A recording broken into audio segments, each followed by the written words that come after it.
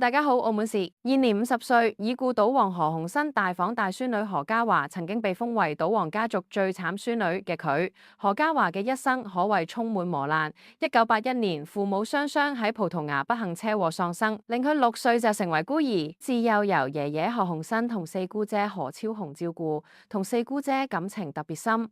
佢曾經喺訪問當中承認年輕嘅時候有少少小姐脾氣，但至14歲入讀寄宿學校之後變得獨立。2003年，佢曾經同美籍前夫舉行盛大嘅婚禮，兩人育有一子一女。但係2009年就離婚收場。離婚之後，2012年獨自帶仔女離開香港移居英國，更加索性唔請工人，屋企大小事均由自己打理。佢熱衷平實生活。舊年佢更加曾經喺倫敦體驗擺檔做小販，展現隨性嘅一面。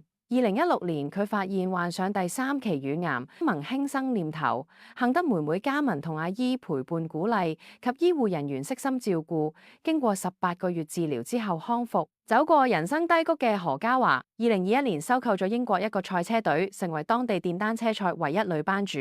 而何嘉華同任職電單車錦標賽總監嘅男友喺2023年年底傳出再婚，雖然兩人都曾經離婚，但雙方仔女都十分支持。但呢段婚姻維持唔到3年。如今何嘉華忽然分享同另一型男合照，隨即惹嚟婚變疑雲，引發網民熱議。呢段婚變傳聞似乎早有跡象㗎。何嘉華喺舊年嘅50歲生日派對上全程唔見老公嘅身影。早前何嘉華更冇預警喺 IG 轉發一張同外籍爆肌型男嘅合照，兩人更加有一張心形構圖嘅深情親吻照，令婚變傳聞更加真切。